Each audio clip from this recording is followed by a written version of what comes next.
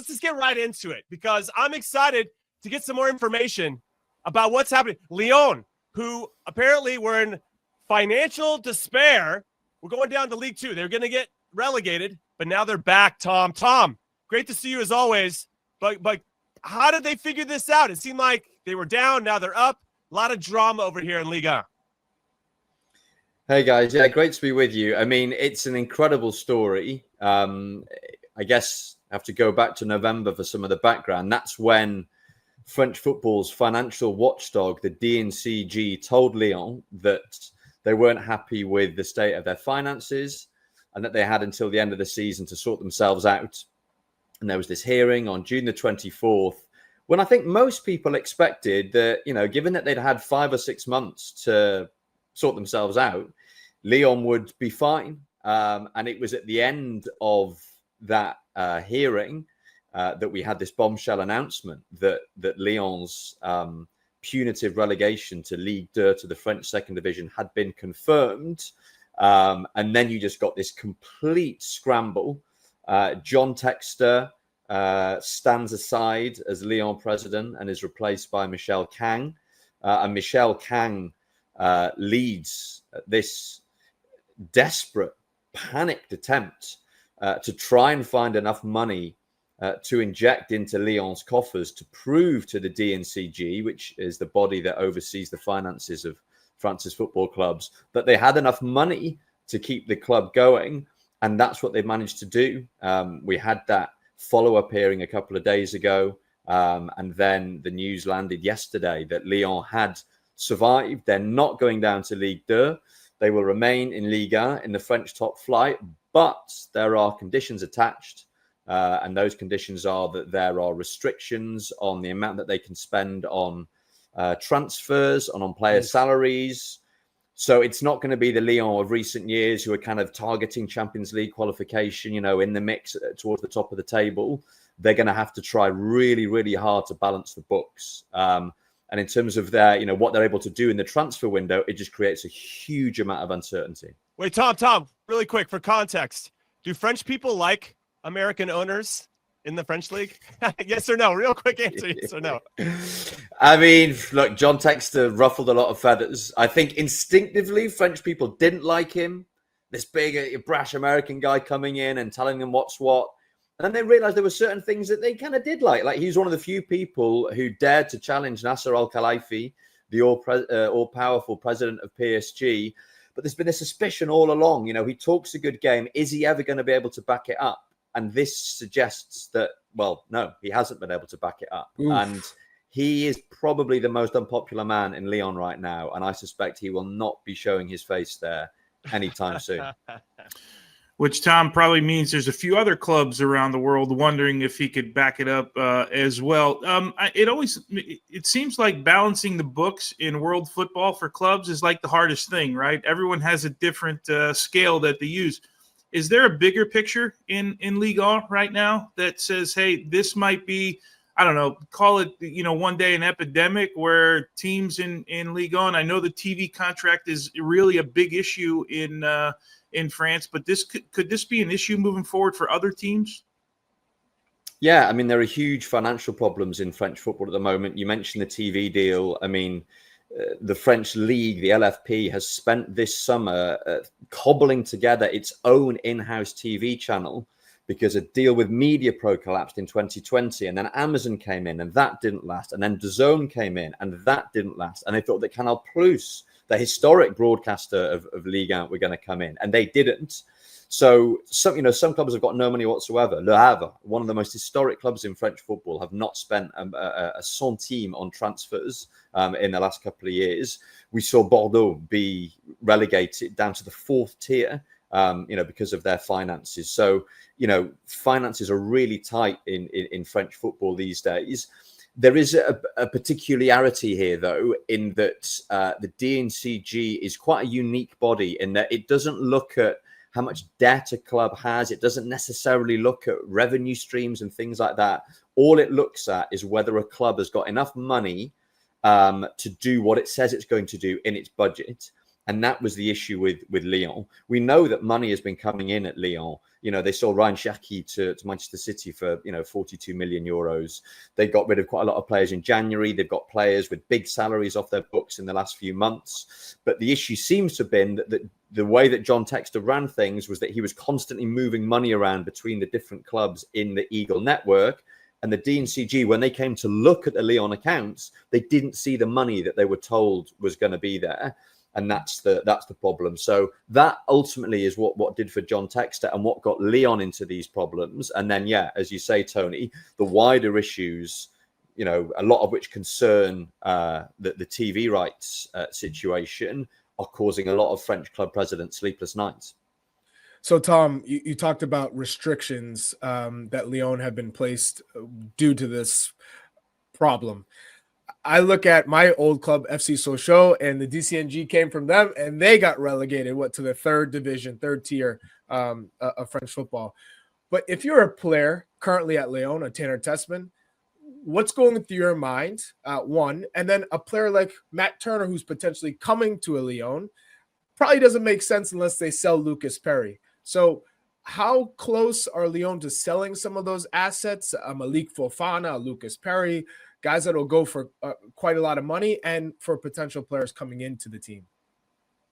Yeah, it's really hard to know. We're right at the beginning of this process for Lyon. Michel Kang and Michael Gerlinger, who's the new chief executive, they gave a press conference yesterday at the Groupama Stadium. And, they were pretty bullish. They said, we're not going to have to rip things up. We're going to be targeting European football next season. But these are things you'd expect them to say. They're not going to say, oh, by the way, guys, if anyone wants to buy our players, here's my phone number. We need that money.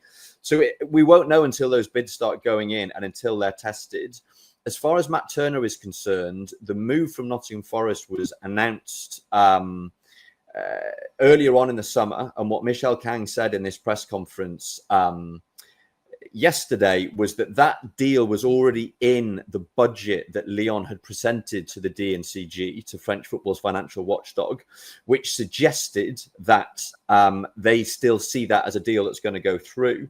So that would be good news for Matt Turner. And you mentioned, Charlie, Lucas Perry. That's another thing that could work in Matt Turner's favor, because Lyon are going to clearly have to sell some players, and Lucas Perry is one of their most saleable assets. He had a brilliant season last season in goal for Lyon. He's now a Brazilian international. He was linked with Neom, the Saudi Arabian club, recently. They went for Marcin Bulka of Nice in the end, but he's clearly a player who Lyon would probably not have too much difficulty selling.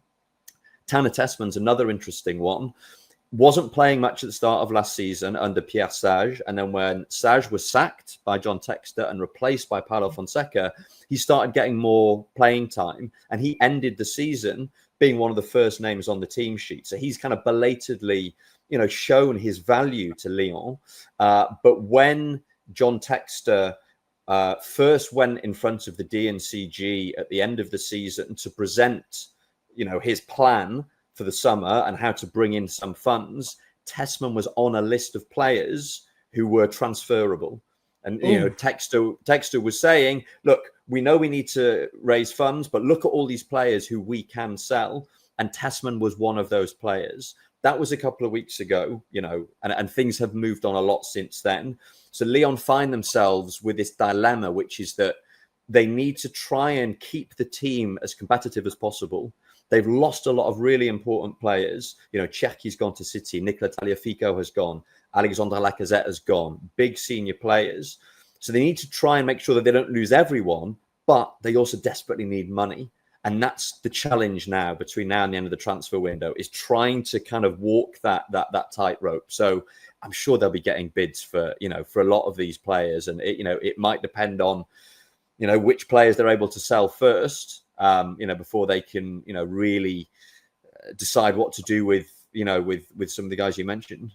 Now, Tom, I definitely want to ask about another American-owned French team, Marseille. That is Frank McCourt, who owns them, and the potential move from Juventus for Tim Weah for reportedly around 15 million. I guess that's in advanced talks. We'll have to wait and see, and you'll probably give us some more info. And then obviously Flo Balogun at Monaco. But there's an interesting kind of side story to this Lyon news, because since they're going to stay in the top division, that means they qualify for the Europa League. And John Textor also has his hands in the cookie jar at Crystal Palace, right? He's an owner of them, and they, because they won the FA Cup, are in the Europa League. So, or is that right? They're in the FA Cup. Is that makes sense? I think that's right. Yeah. That's right. Yeah. Yeah. Thank you for confirming that and validating my existence. I appreciate your time. But so now you can't have two teams in the same competition. So if Lyon does get into the Europa League, that means in theory Crystal Palace will not be able to play to drop into the Conference League, which would be really disappointing for an American at Crystal Palace, Chris Richards, who worked very hard, obviously, to win that trophy and to put themselves into this position. What do you know about this situation, and is it possible? Is there a world where we could see Palace and Lyon in the Europa League next season? Yeah, the difficulty again is the role of John Textor. UEFA forbids clubs that belong to the same ownership structure from competing in the same competition. We've seen this in previous years with other clubs who've been part of multi-club ownership groups. Textor is obviously a shareholder at Crystal Palace, as well as being one of the owners of Lyon. He is in the process of selling that stake in Crystal Palace. It's a 43% stake, and he's agreed to sell it to Woody Johnson, co-owner of the New York Jets, but that deal hasn't yet been approved. Now, you'd think that if that deal can go through, then Textor, will no longer have an involvement with Crystal Palace. And then theoretically, that would enable Lyon and Palace to both go into the Europa League because there isn't that crossover involving Textor. But time is against them. And it's unclear at the moment how quickly Palace can finalize, this acquisition of this controlling stake or this 43% stake by Woody Johnson. It's awaiting Premier League approval, so that could actually be what ends up, working against Palace, because clearly there is, the sale of Textor's stake in Palace is ongoing, but unfortunately for Palace, it just might not go through quickly enough for them to be able to go into the Europa League. And yeah, as you say, both Lyon and Palace qualified for the Europa League, but because Lyon qualified by virtue of their league position and had a higher league position than Palace, in UEFA's eyes, they have priority. So that's why Lyon are going to be in Europa League, regardless of what happens. Palace might end up dropping down to the Conference League. Such a shame if that's what happens, because, Palace winning the FA Cup was one of the stories of last season, a fantastic story. You could argue that they might be better placed in the Conference League. They might stand a better chance of going far in it and winning it. But if you're a Crystal Palace fan, you've dreamt of European football your entire life. No, I want to play Europa League. Don't give me the Conference League. Exactly. I earned it. Exactly. I earned it. No, you're right. You're right. I'm trying to find the silver lining, but no, you're right, Charlie. I mean, it'd be a really unfortunate outcome for them. You're still here? Yes! I absolutely love that. Listen, while I have your attention, if you want more average to good soccer content, this is the channel for you. Go check out our other videos. Go check out our playlists.